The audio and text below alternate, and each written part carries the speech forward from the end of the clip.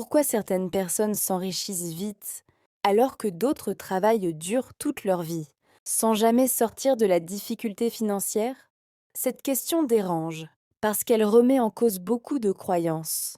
On aime croire que la richesse est une question de chance, de relations ou de pays. Mais la vérité est plus simple et en même temps plus inconfortable.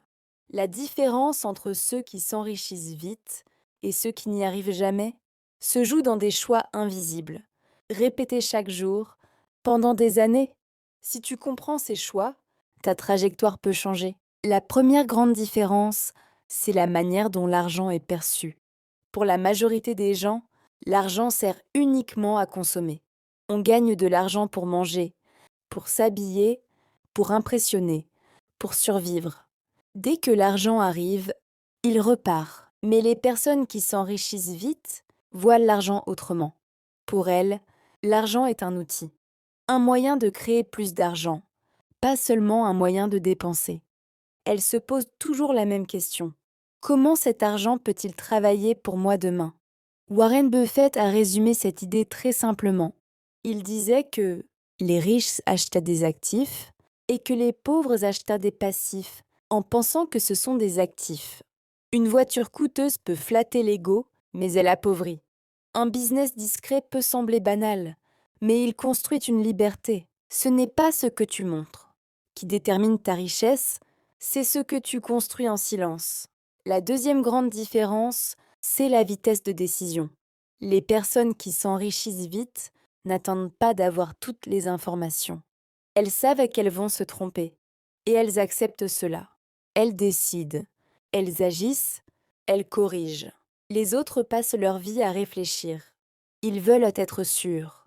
Ils veulent éviter l'échec. Ils veulent un des garanties. Mais pendant qu'ils analysent, le temps passe, et le temps ne revient jamais. Elon Musk n'avait aucune certitude. Lorsqu'il a lancé SpaceX, les premières fusées ont explosé. L'entreprise était au bord de la faillite, mais il a continué. S'il avait attendu le moment parfait, SpaceX n'existerait pas aujourd'hui. La richesse récompense l'action imparfaite, pas la réflexion infinie. La troisième différence, c'est la relation au temps. Les personnes qui s'enrichissent vite pensent sur 10, 20 ou 30 ans. Mais attention, elles n'attendent pas 10 ans pour agir. Elles agissent maintenant avec une vision long terme.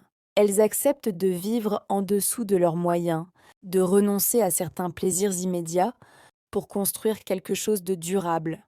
Les autres veulent tout, tout de suite. Ils veulent le confort maintenant, la reconnaissance maintenant, les résultats maintenant. Et sans s'en rendre compte, ils sacrifient leur futur pour un plaisir momentané. Jeff Bezos est un exemple frappant. Pendant longtemps, Amazon ne faisait presque aucun profit. Chaque revenu était réinvesti. Chaque opportunité servait à renforcer le système. Bezos pensait en décennies, pendant que d'autres pensaient en fin de mois. Aujourd'hui, le résultat est visible dans le monde entier.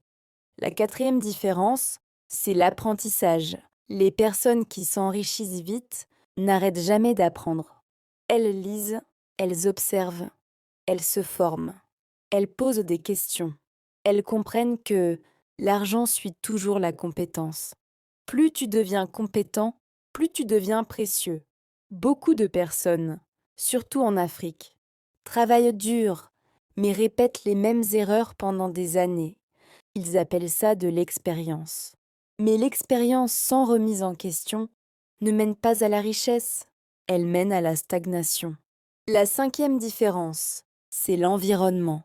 Les personnes qui s'enrichissent vite choisissent soigneusement ce qu'elles écoutent et qui elles fréquentent. Elles limitent les discours négatifs. Elles s'éloignent des personnes fatalistes, pas par mépris, mais par survie mentale.